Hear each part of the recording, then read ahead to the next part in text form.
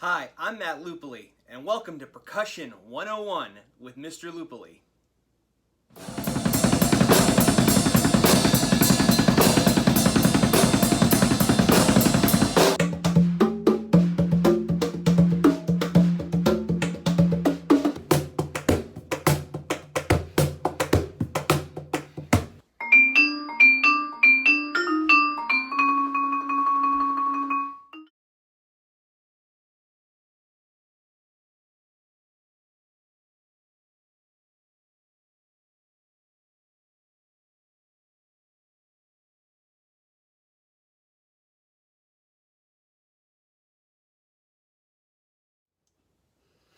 Hey everybody, Mr. Lupoli here, and welcome back to Percussion 101 with Mr. Lupoli. On this episode, we'll be talking all about sound effects. Now, in our last episode, the subject was auxiliary percussion, and some other percussionists might consider these objects to be auxiliary percussion as well, but I like to group these ones into a category all of their own. And the reason why I refer to these as sound effects is because these are instruments that you probably wouldn't play as a solo instrument. They're just supposed to make sounds here and there to add like atmospheric effect or maybe even comic effect. So for that reason, I consider these objects to be considered sound effects. Some of these instruments technically aren't even true percussion instruments. We'll be talking more about that a little bit later. But sound effects are not used by all types of percussionists. Usually you would not find like jazz or rock drummers playing sound effects. Probably like in Latin American music settings, you might have some sound effects, but usually not too many. So most of the instruments that we'll be talking about today are used in orchestral percussion works, percussion ensemble works, musical theater productions, and even with Foley sound effect artists. We'll be talking about them a little bit later. Alright, so I mentioned that a lot of these sound effects would be used in musical theater productions. Musical theater is something that I've been participating in for many, many years, almost as long as I've been playing percussion myself. So if anybody's ever seen a musical theater production, you know that a lot of these productions feature a live orchestra, which is known as a pit orchestra, and more often than not, there is a drummer or some type of percussionist. So I played in well over 20 shows over the years. Sometimes these shows only have one percussion part. Sometimes it'll say drum kit, sometimes it'll just say percussion. And I've been in a lot of shows where it called for two percussion parts. And sometimes it'll say drum kit part and percussion part. So the difference is that the drum kit part obviously is just the drum kit, and then the percussion part is usually much more difficult because it's usually everything else. It might feature mallet percussion like marimba or the glockenspiel. It might feature hand drums like congas and bongos. It might feature timpani. It might feature different types of auxiliary percussion like the güiro and maracas, and a lot of times it features a lot of these sound effects that you see before you on this table. So as I said before, some of these are not true percussion instruments, but they are objects that no one else in the orchestra can play, usually because they're too busy, so it's just something they kind of threw at the drummer. Hey, you play this too, just to kind of imitate everyday sort of sounds. One of the hardest musicals to play on a percussion score would probably be West Side Story. When I was in high school, my private high school percussion teacher, he was in a production of West Side Story, and he was playing the percussion score, not the drum set score. So on one of the performances, he actually invited me to come along and sit with him in the pit. And yes, he was right. It is one of the most difficult percussion scores I've ever seen. He needed to pack up his marimba, xylophone, vibraphone. He needed two timpani. He needed bongos. It was just a very difficult score. And a lot of times when you're playing percussion in a musical theater production, it's almost like a workout because you have to jump from instrument to instrument. So it's pretty difficult, and we'll be showing some examples of that later on.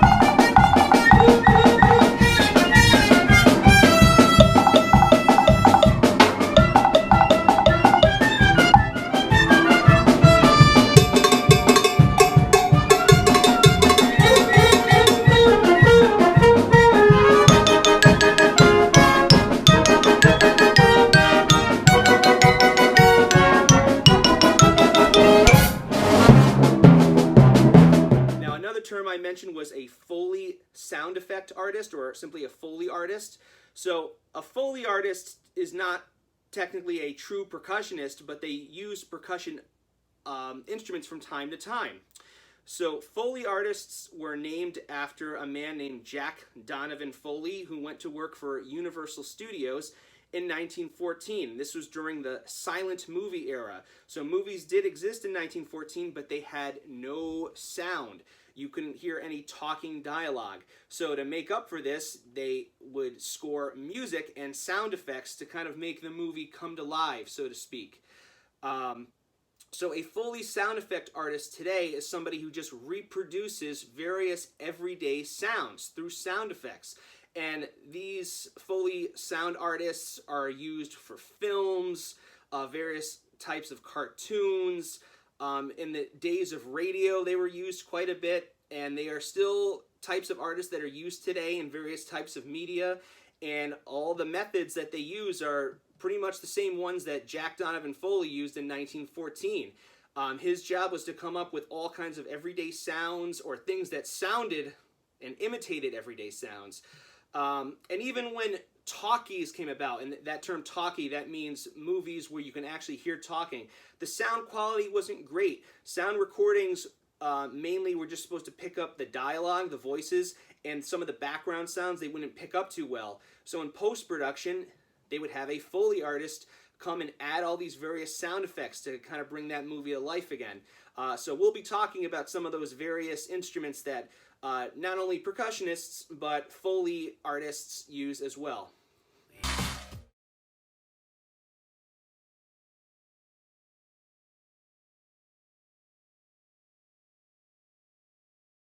All right, so this first instrument I want to talk about, this is known as a rain stick. So it is believed that rain sticks were invented by the Mapuche people, and they were an indigenous ethnic group that were from present-day Chile and Argentina, and they're still an indigenous group that exists today. So it's believed that they were making rain sticks for hundreds of years. This particular one is one of the ones that they would have made. This is actually called a cactus rain stick. So they used to take cacti, like this one, and they would dry them out in the sun until they would become very hard, almost petrified. So it almost feels like it's made out of wood, but it's actually a dried out cactus. And then what they would do is they would pull out all of the spines and then invert it inside the cactus. So the spines, all those little pricklies and stuff, they've been pulled out and then put back inside out. And after that was done, they would cap it off at one end, and they would fill the inside with some kind of pebbles or beads, just small round objects, anything like that, pebbles or beans.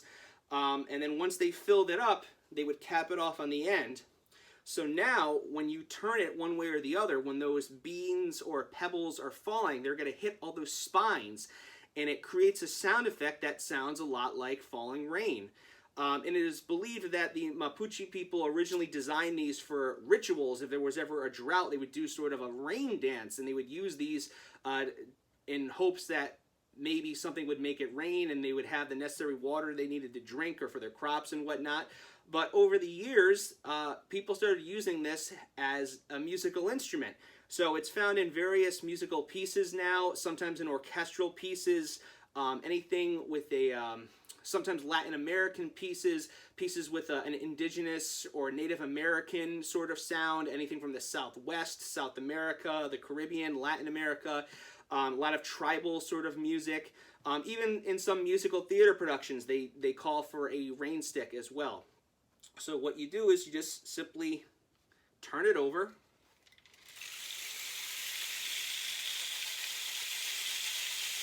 And you hear that rain sound.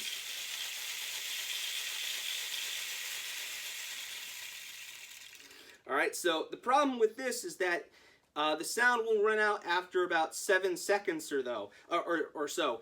And I've performed in some musical theater productions where it has to last a little bit longer than that. So what you end up doing is, as soon as the sound runs out, you quickly have to turn it over and hope that it'll keep making that rain sound. But the LP, or Latin Percussion Company, they went ahead and solved that problem with this guy. So this is not your average rain stick. This is what is known as the monsoon maker. So this will last, I think I've timed it, it will last for about 30 seconds or so. So it's a really long-lasting, loud type of rain stick. And what they've done here is that on the inside, it has a sort of spiral staircase type of design, and because of that, it'll take longer for those little pebbles inside to reach the bottom, and therefore it will last much longer, like so.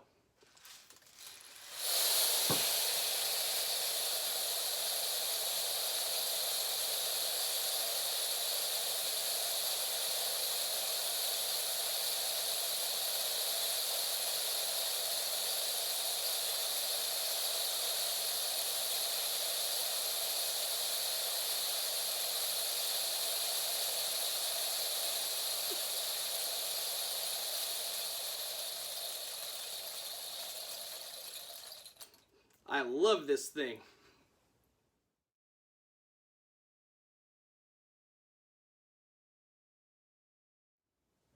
Alright, so next I want to talk about this instrument. This is known as a slapstick. Sometimes it is called a whip in certain scores. Sometimes it is simply called a clapper. So a slapstick is usually meant to imitate the sounds of a whip cracking, and that's why it's sometimes referred to as a whip in a score, like a horse whip or a bull whip. Sometimes it's used for gunshots and other various similar types of sounds. Now there are actually two types of slapsticks. There is a smaller one which has a special spring hinge, and because of this, the top clapper can actually snap back on its own, and it makes it very easy to play it with one hand. One problem with it is that because it is a little bit smaller, it's not very loud. So some people use this larger one that I have right here, and this is actually called the sleigh ride slapstick. It is much larger. It doesn't have a spring hinge like the smaller kind, but it is larger and louder, and this one you actually need two hands for. And the reason why it's referred to as the sleigh ride slapstick is because this is a great one to use on the Leroy Anderson 1948 piece Sleigh Ride, which is a Christmas sort of piece that features a whip crack or a slapstick, and you're going to need a really loud sound like this.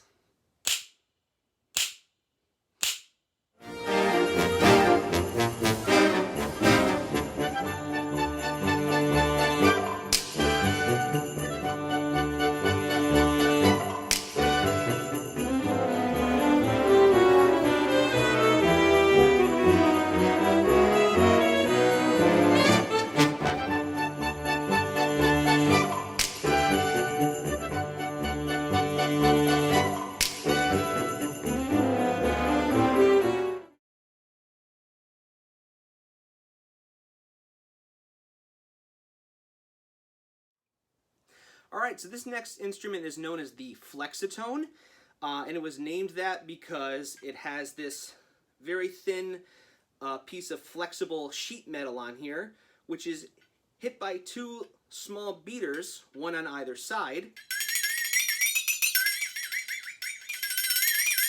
And it's done that to get these really spooky sort of glissando effects.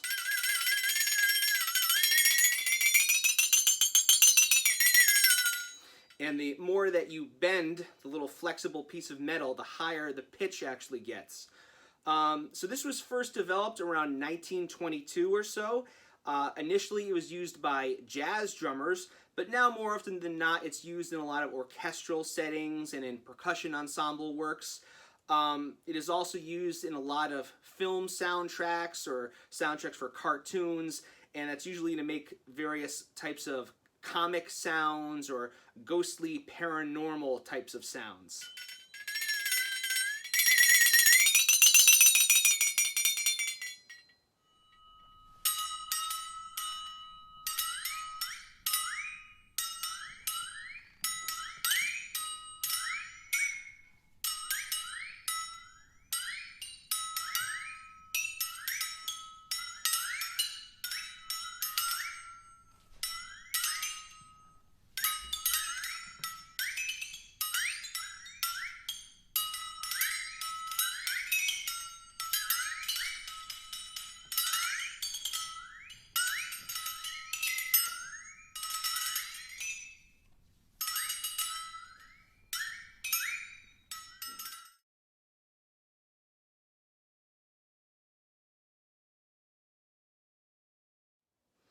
Okay, so we have another sound effect instrument here, which is known as a ratchet. And ratchets are used to make a funny sort of grinding sound effect, like so. It is very similar to another instrument called a grogger, and it was a tradition and still is to use a grogger type noisemaker during the Jewish festival of Purim, which usually happens in March. So during Purim, when Jewish people go to the synagogue, the rabbi reads the story of Purim, which is known as the Megillah. So anytime the rabbi mentions the name of the antagonist, the Purim villain, whose name is Haman, everybody in the synagogue, they start making a lot of noise and shouting and spinning their groggers. Haman!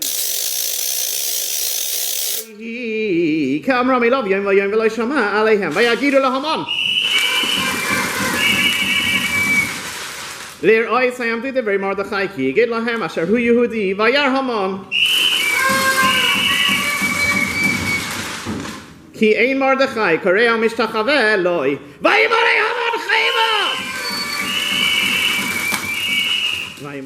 So nowadays, the modern ratchet, as we know it today, it's used a lot in orchestral works, percussion ensemble settings, and also in musical theater productions.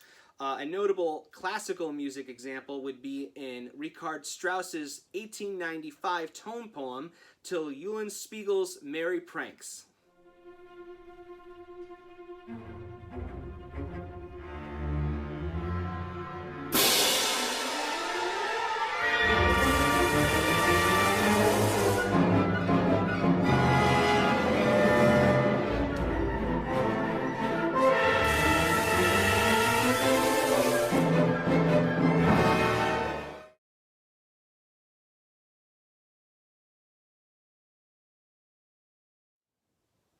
Alright, so this next sound effect instrument I want to talk about, this is known as a marching machine. So the marching machine is used in various orchestral works.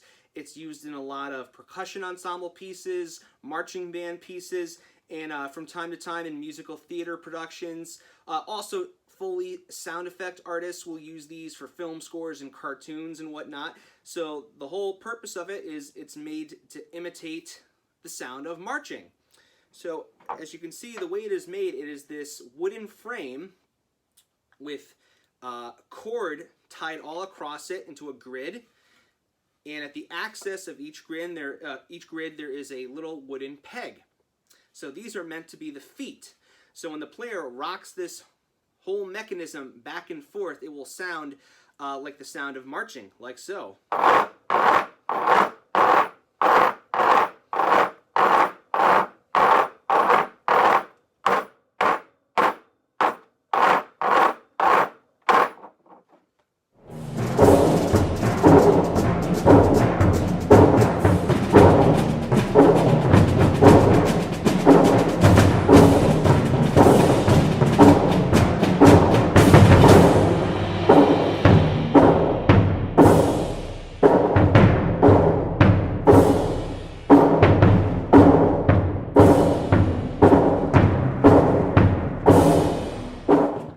Believe it or not, even chains are used as a sound effect musical instrument in some orchestral pieces, including Arnold Schoenberg's 1910 cantata, Gura Lieder.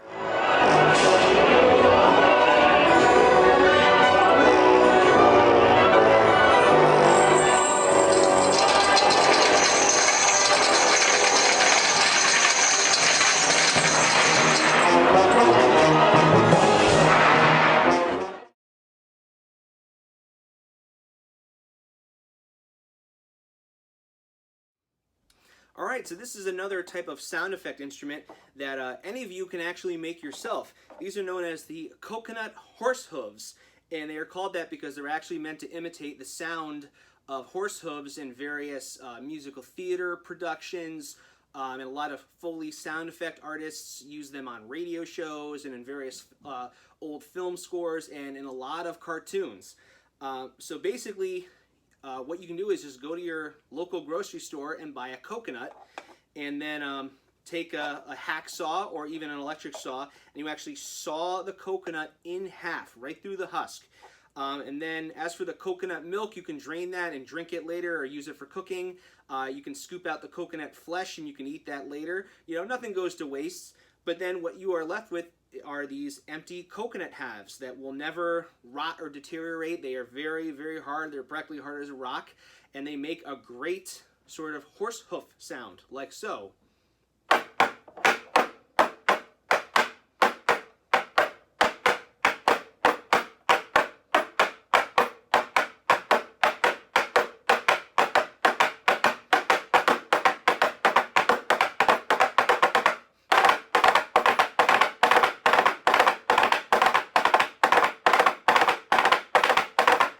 Yeah, so these were used by a lot of Foley artists on a lot of cartoons.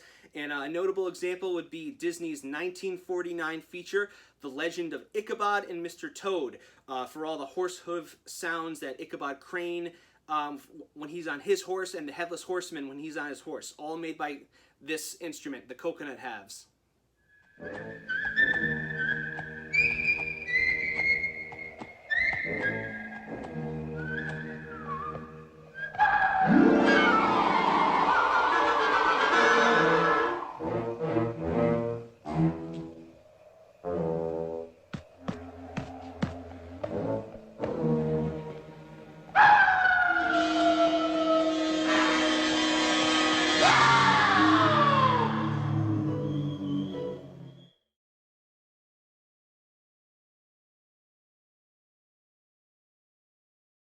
Alright, so this next sound effect is known as a pop gun.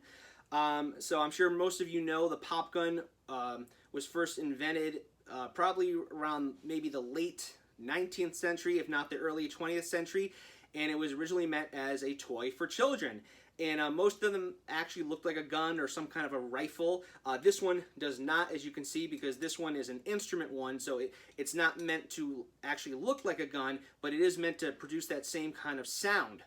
So pop guns will always have some kind of projectile, usually a cork, so it's like a cork bullet or so to speak, and this one is on a long rod, and if we pull on the handle, we'll actually pull it into the shaft of the pop gun, and it gets nice and stuck in there. Now if I push on the handle slowly, nothing will happen at all. So you really need to force a lot of air to shoot that cork projectile out. Which I learned in a hard way. I kept on thinking that there was something broken with it, but you have to push it really quickly and it'll pop right out like so. And it's pretty loud, and as I'm sure you've guessed, it's used for gunshot sound effects and other various popping sort of sounds.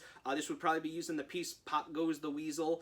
So this will be used by Foley sound effect artists in a lot of cartoons.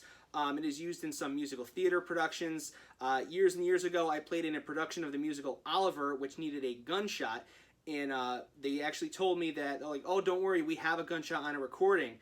So I said, well, does it sound better than this? And they were like, oh, no, we want that sound. So they ended up not using the recording of a gunshot, and they wanted the live pop gun sound because they thought it sounded so much better and it really echoed in the theater. Okay, so the next group of instruments that we'll be talking about are technically not true percussion instruments. They do not use the 3 S's that we talked about in the last episode: striking, shaking, scraping. These are called aerophones, and they're actually called that because they produce their sound from air passing through them. So even though they are technically not true percussion instruments, they are ones that percussionists use from time to time as sound effects in various orchestral settings and even musical theater settings.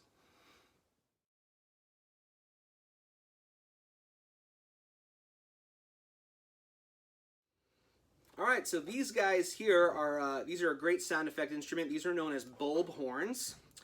So bulb horns were originally designed as horns that were for vehicles such as bicycles or early automobiles, way before we had the modern car horns that you have inside the steering wheel today.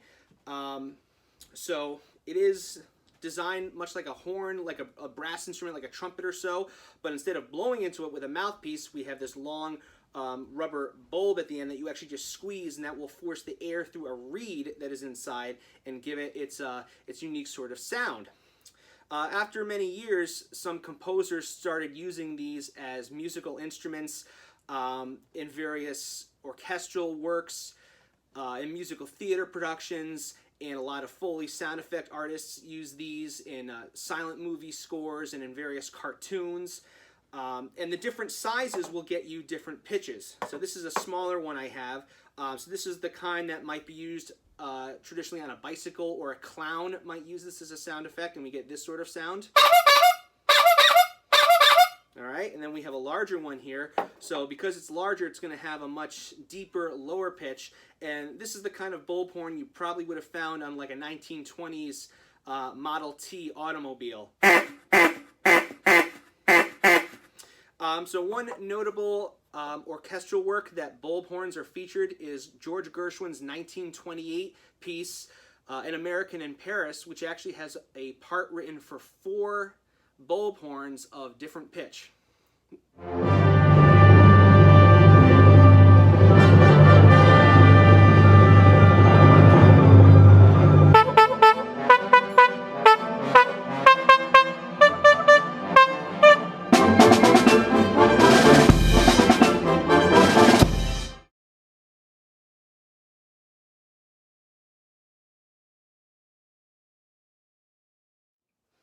All right, this next instrument is a very interesting one. This is known as a conch shell, or some people pronounce it conch shell. So the thing is that a conch shell was actually a living animal. It's a type of very large sea snail, which has a lot of big spikes all along the shell, so it almost looks like some kind of a weapon. And they've been used by people for a variety of different uses. In a lot of like gift shops in the Caribbean, they sell these, and they say that if you hold them up to your ear, it sounds like the ocean and so forth. But a very old use of this is actually a musical instrument, and it's one of the oldest musical instruments. Archaeological evidence suggests that humans were making conch shell horns and other various types of seashell horns for over 5,000 years. So it's a very old, since prehistoric times, a very old instrument. A lot of evidence shows that it was used a lot throughout Mesoamerica by the Incans, the Mayans, and the Aztecs, but usually for ritual purposes, not always necessarily for musical, just usually just strictly for ritual purposes. The same goes in parts of Asia, where they were used by Buddhist monks in their religious rituals, but it is used a lot as a musical instrument today in various like tribal music ensembles of the Caribbean and also in Oceania. It is used in some percussion ensemble pieces today. It is used in various scores for films and cartoons.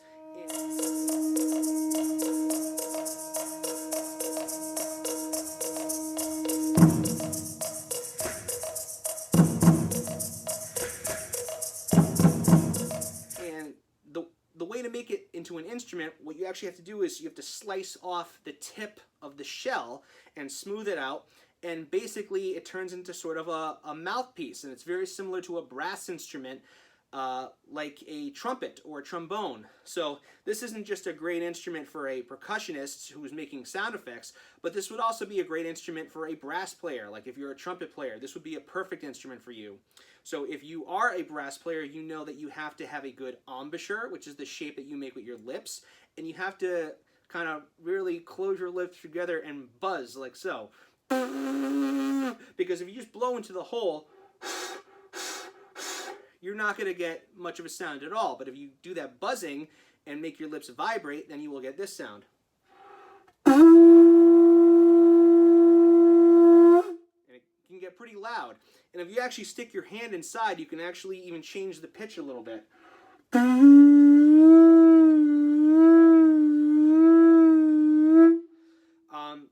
So one notable musician who's used this a lot is the jazz trombone player Steve Tura, who has collected a wide variety of seashell horns and conch shell horns of different size and shape to get all sorts of different pitches.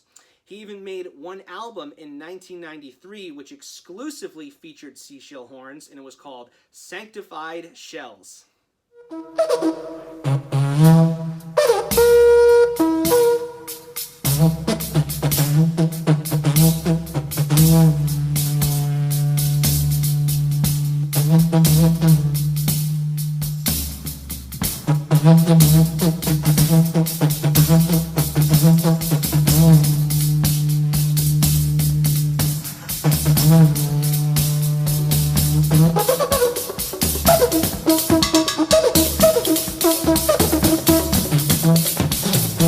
All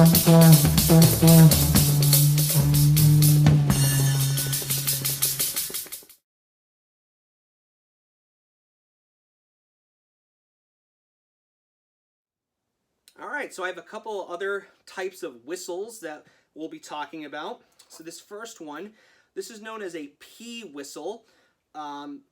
This was first invented by the Acme Whistle and Call Company from England in the late 19th century, and originally it was used for police purposes, and it still is today. P whistles are also used in sporting events, marching band events, and so forth. A lot of coaches use P whistles. Now, it's called a P whistle because inside is a small round ball that resembles a P, and that's what gives it its sound. That small round ball actually is not a P at all. It is actually a rounded out piece of cork, but it is what gives it its sound. Now, this specific P whistle is actually called the Acme Thunderer because it is a very loud P whistle and is actually one of the best-selling P whistles that you could find today. So I've used this in a variety of musical theater settings. Every now and then there's a musical theater production that will actually call for a whistle. Even though, like I said, whistles are not percussion, it is a sound effect that they usually assign to percussionists.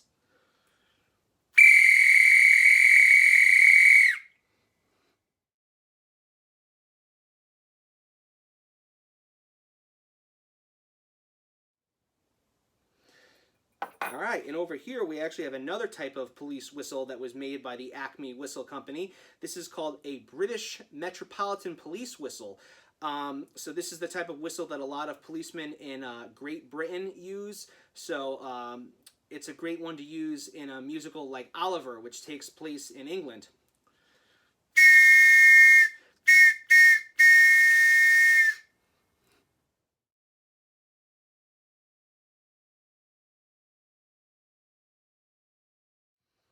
All right, so this is one that is called a bosun's call or a bosun's whistle. So this is used from time to time by Foley sound effect artists and various film scores and cartoons and whatnot. But let's talk about its original usage. This was actually developed for nautical situations, especially in the Navy.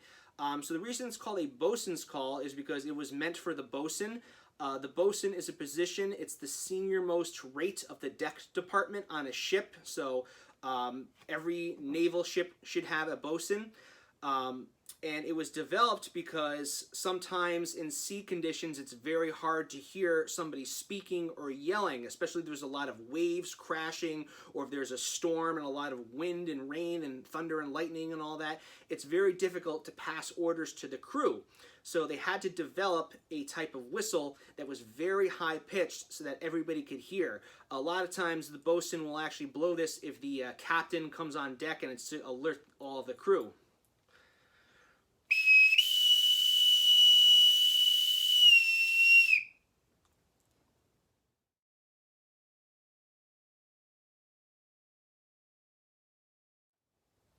All right, so if you've ever been to a child's birthday party, I'm sure you've seen one of these.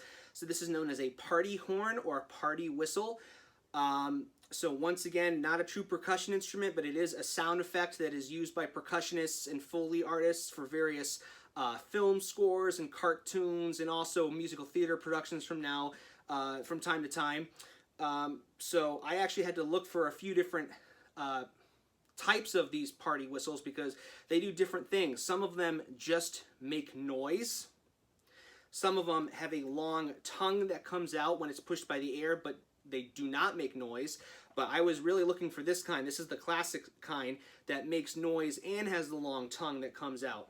And the reason why they make noise is because there's actually a reed that is built inside. So when the air passes through, it makes that really wacky sort of noise.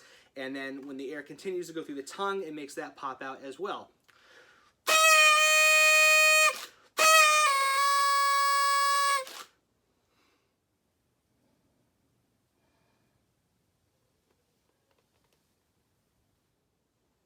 All right, so this is a very funny sounding whistle. This is known as the Acme siren whistle. So this was invented by the Acme Whistle Company in 1895. And inside of this metal cylinder, there's actually a small type of fan blade. So when the player blows into it and forces that air through, that little fan blade will start spinning, and that gives the whistle its very humorous sort of pitch. And the harder and faster that the player blows, the higher the pitch gets.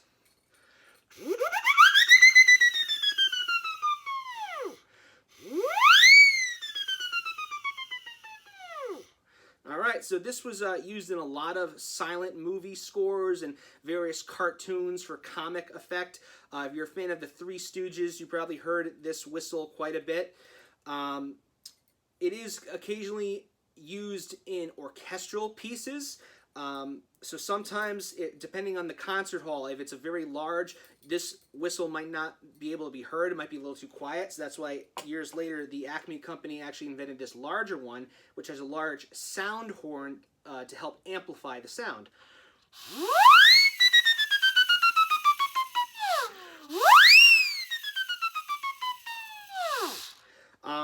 So in addition to orchestral pieces, it's also used on percussion ensemble pieces.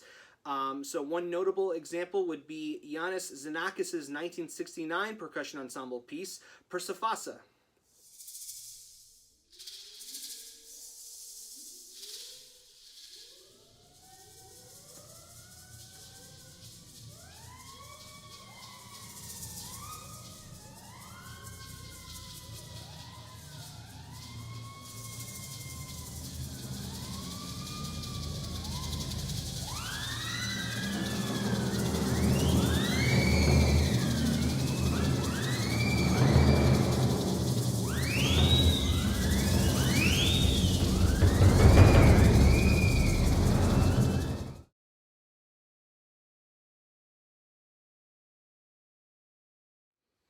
Alright, so this is a very funny sounding instrument. This is known as a slide whistle. And the slide whistle was first developed around the 1840s, but its popularity really took off in the 1920s when it began to be featured in popular music, in vaudeville theater acts. Jazz bands sometimes use them, jug bands sometimes use them, and it was always for a sort of comic effect. Now, a lot of the times, Foley sound effect artists will use these in a lot of film scores, especially in cartoons. If you're a fan of SpongeBob, I'm sure you've heard the slide whistle quite a bit.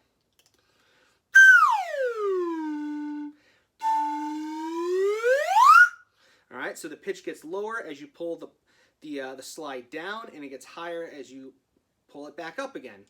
Some people have also noted that the slide is similar to the one on a trombone, and some people even play this as a sort of mini toy trombone.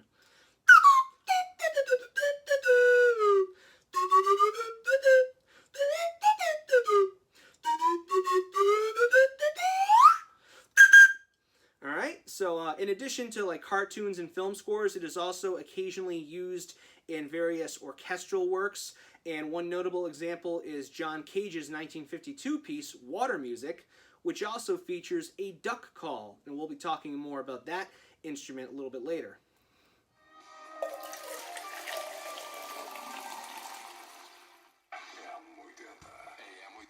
Está no Facebook.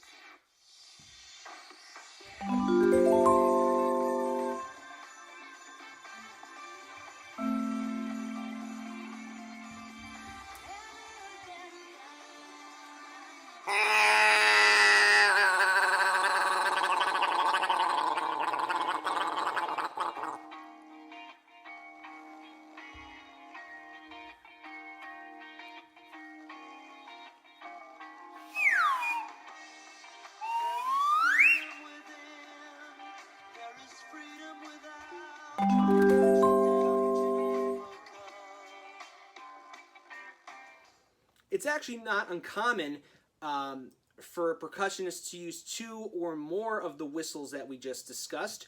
I also once saw a musician who rigged up a special neck rig so he can actually play multiple whistles at the same time. I said sideways, so the Sioux was with you.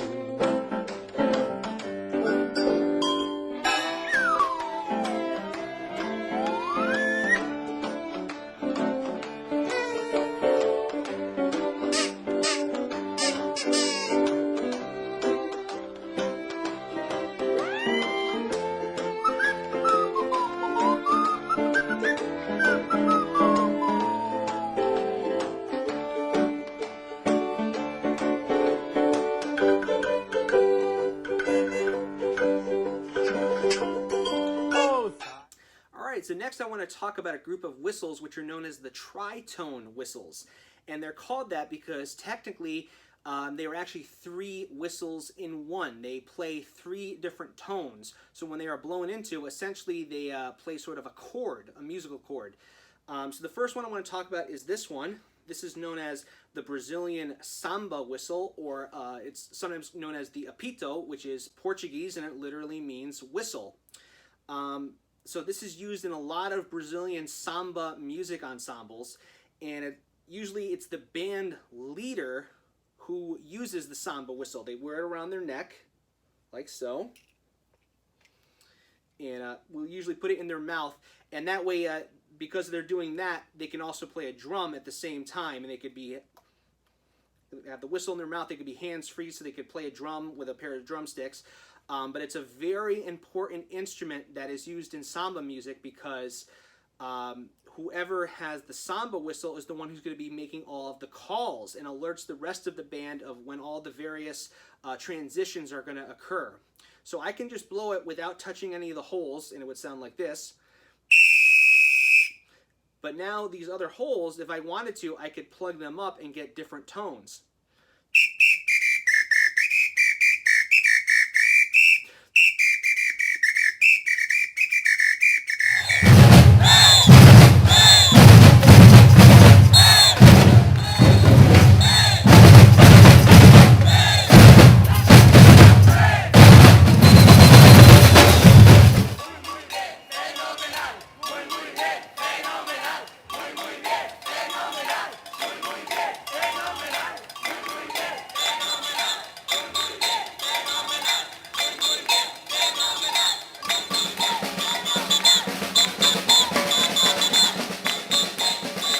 Now these other tritone whistles are strictly for sound effect uses. So they would be used on silent film scores, cartoons, and various musical theater productions.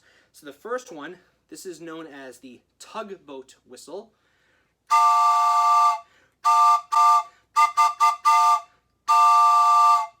All right. Then this is the train or locomotive whistle.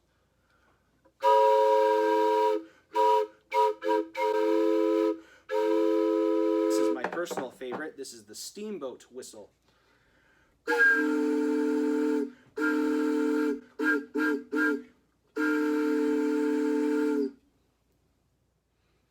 Alright, so this next group of instruments are actually what I refer to as the hunting calls, or the animal calls. So a lot of these were developed by the Acme Whistle Company in England, and they were originally intended for hunters to use to attract animals, but over the years, various percussionists and Foley artists have used them as sound effects in various musical theater productions and the soundtracks for films and cartoons and whatnot.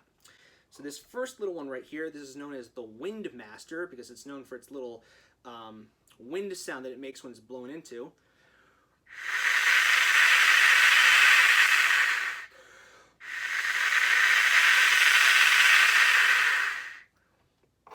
Okay, then this next one, this is called the Bird Warbler, and it's actually used to attract predators because it sounds like an injured bird.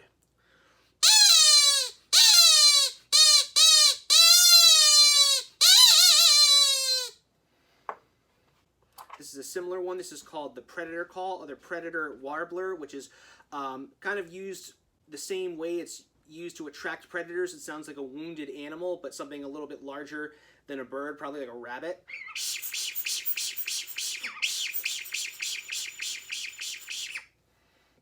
And then we have the Skylark Call.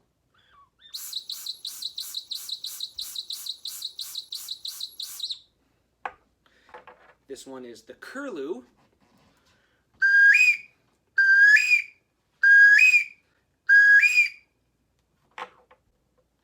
The Crow Call.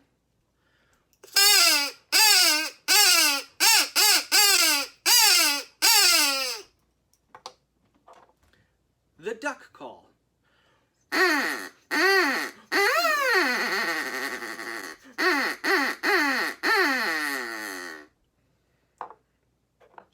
The Cuckoo Call.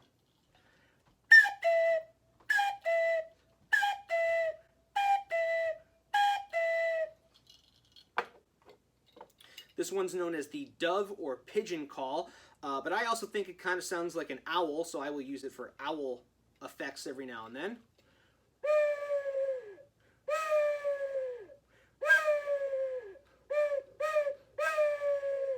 Yeah, it's known for that kind of cooing sound that it does.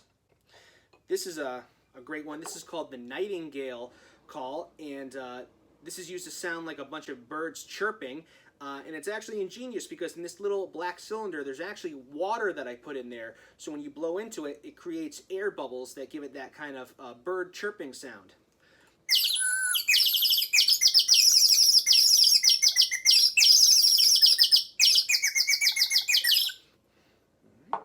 And this is another call that you don't actually put in your mouth. This is designed a little bit more like a bulb horn, and this is called a quail call.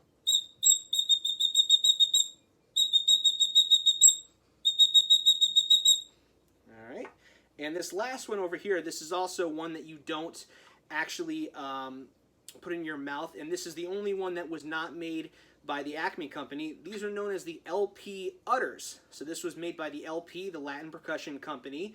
And they're called udders because they resemble the udders of a cow, but actually this has nothing to do with a cow at all. When it is shaken, it makes these multi-tone warbling sort of sounds, which is supposed to sound like a flock of birds flapping their wings and maybe flying away. All right, so you might even want to combine these with one of the other calls.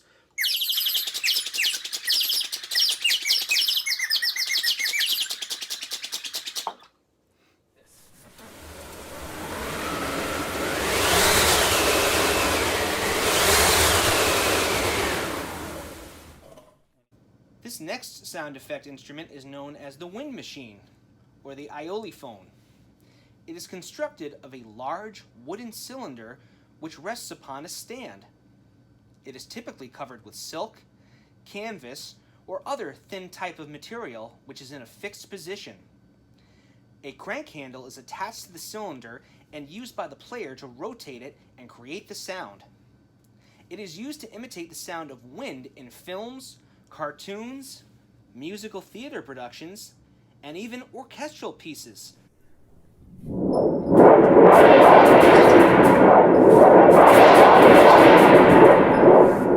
And we also have a smaller one to get a little different sound.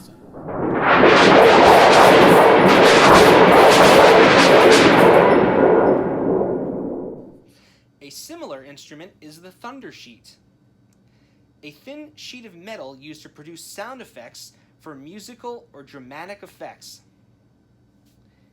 It can be shaken or struck with a mallet. It has been featured in numerous orchestral works, including Richard Strauss's 1950 tone poem and Alpine Symphony, which also features the wind machine.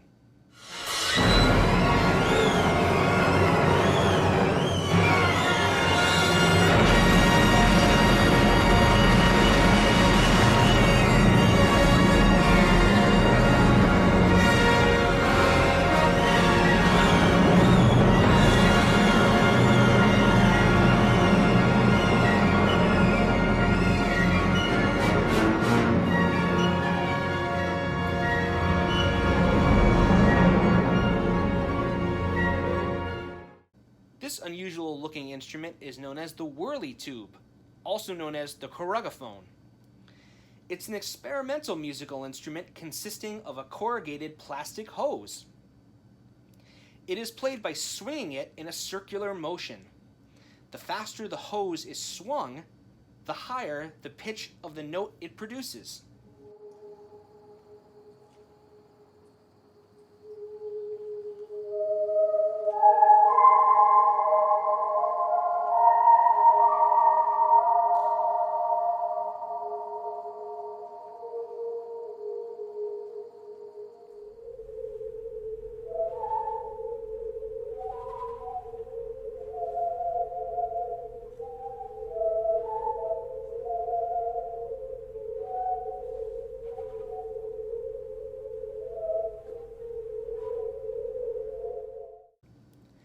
It has been featured in orchestral pieces, percussion ensemble pieces, and even film scores, including John Williams' score for the 1984 film Indiana Jones and the Temple of Doom.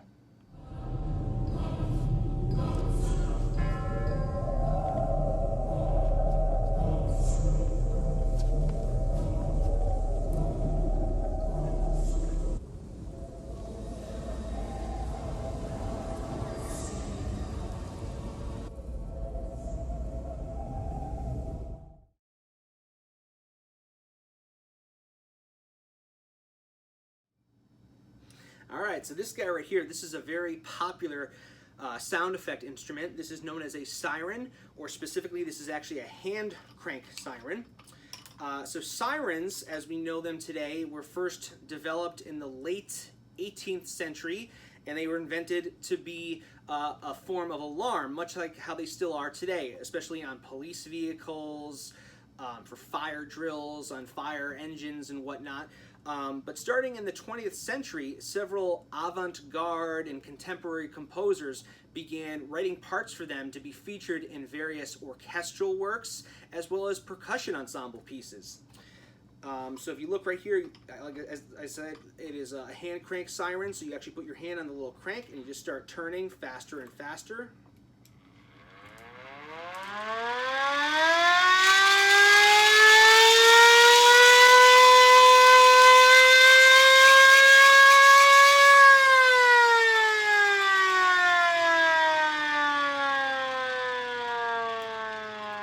Actually has a little mute on it. Yeah, and the faster you crank it, the higher the pitch gets.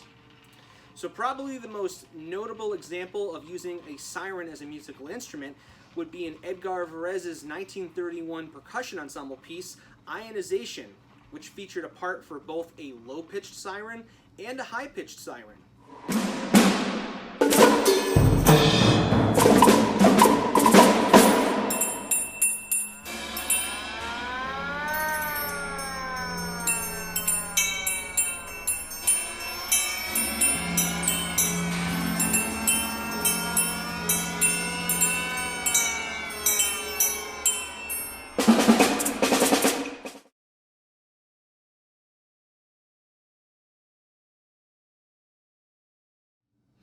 Alright, so this is actually one of my favorite sound effect instruments and one of my prized possessions. This is a 1920s railroad imitation, which was manufactured by the Ludwig Drum Company, but in those days it was simply known as the Ludwig and Ludwig Company. So it's not an instrument that has been made for a very long time. There's not a whole lot of them left. I spent a good couple of years trying to track an old one down, and I found this beautiful one from a website that sells antique percussion instruments, and I love it. I'll never give it up. So it was used throughout the 1920s in silent movie houses. So as I mentioned before, during that time period throughout the 1920s and even earlier, movies did exist, but they were silent. There was no dialogue. So to make up for this, most movie houses would hire a small orchestra or a small band. Sometimes it would just be one person, usually somebody playing upright piano, but if the movie house had enough money, they would hire maybe 2 or 3 musicians, and sometimes one of those musicians was a percussionist or a drummer, who in addition to playing drums would also play various sound effects to fill out the score of the film. So a lot of films in the 1920s would feature trains from time to time, so that's when an instrument like this railroad imitation became very handy, because it does sound a lot like a train. So it's actually a very simple and yet very ingenious design.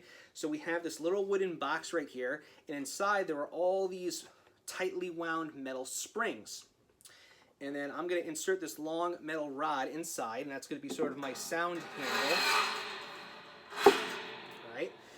So as I move that handle back and forth, it's going to make the kind of chugga chugga chugga chugga chugga chugga chugga of a locomotive starting up. And you can control the speed. You can go slow and then gradually get faster as the train is getting faster. And then they also added this instrument on the top. This is a bell plate, so it's supposed to sound like the bell of the locomotive if it's coming to a station.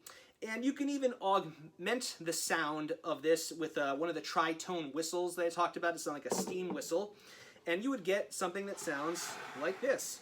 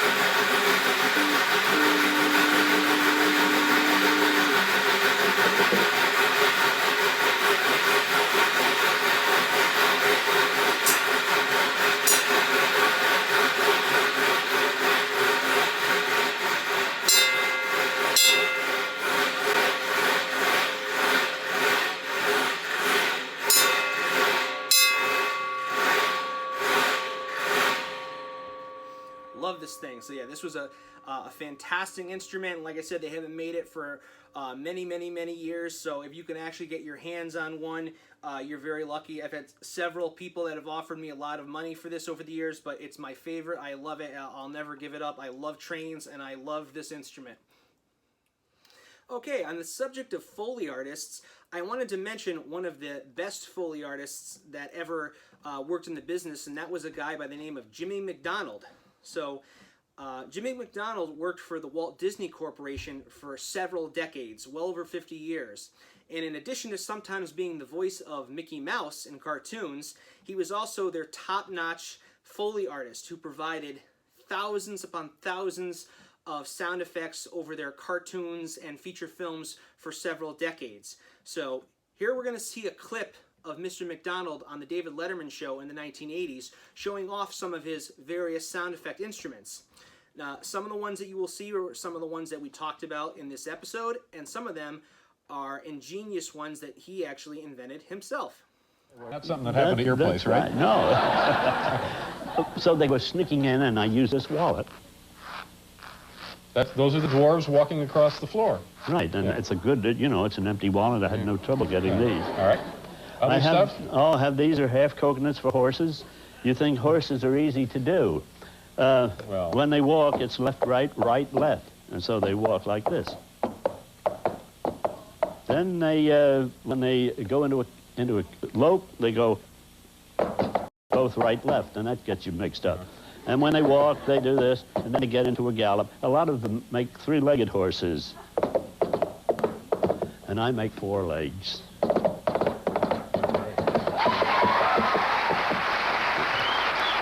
Is that still the best way to do a horse? Right. All right.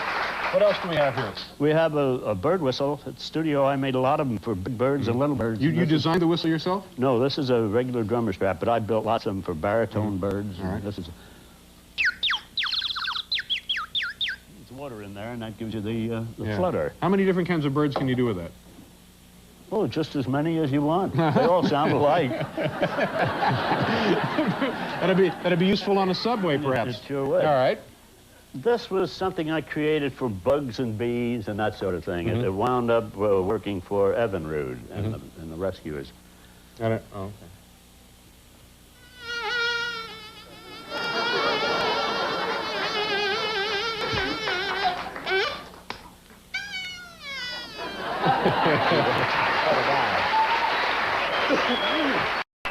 We have about a half a minute. Let's do the, I guess this would be the last of the ones here. This deal, is that what it is? All right. Yes, that'll be for, this one.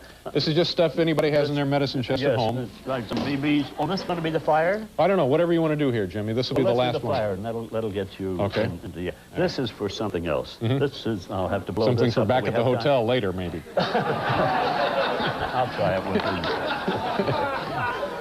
you.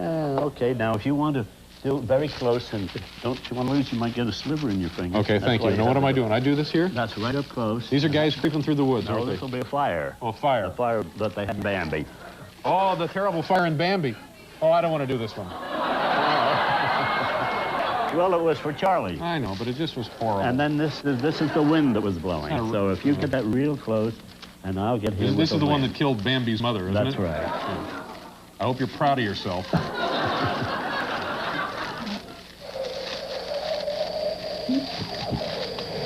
The wind, oh my God, is blowing the fire out. Very impressive. Jimmy, it's a pleasure to see you. Thank you very much for being here. Enjoyed that a great deal. So once again, I want to talk about the job of percussionists in musical theater productions. So over the years, drummers and percussionists have been the butt of several jokes, and people say that drummers only have half a brain, that they don't have any musical talent, that anybody could be a drummer, all you have to do is hit something with a stick. But that's not the case at all. Drummers are the heart of the band, and they are very important figures in musical pieces, but especially in musical theater works. And I found that myself when I've worked in various musicals over the years. Usually musical theater scores for percussionists are very difficult. You have to jump from one instrument to another very quickly. Usually you'll have to jump from the marimba to the vibraphone. Sometimes you might have a vibraphone mallet in one hand and a timpani mallet in the other hand. It's very difficult, and usually in between all those various keyboard percussion and drums and hand percussion, things like that, you also have to play a wide variety of sound effects and whistles, and thankfully you can wear them around your neck so that way you can use your hands for other things. So here's a video of an actual Broadway percussionist doing all the things that I was just talking about, and you'll see just how difficult it actually is. But you don't have to take my word for it.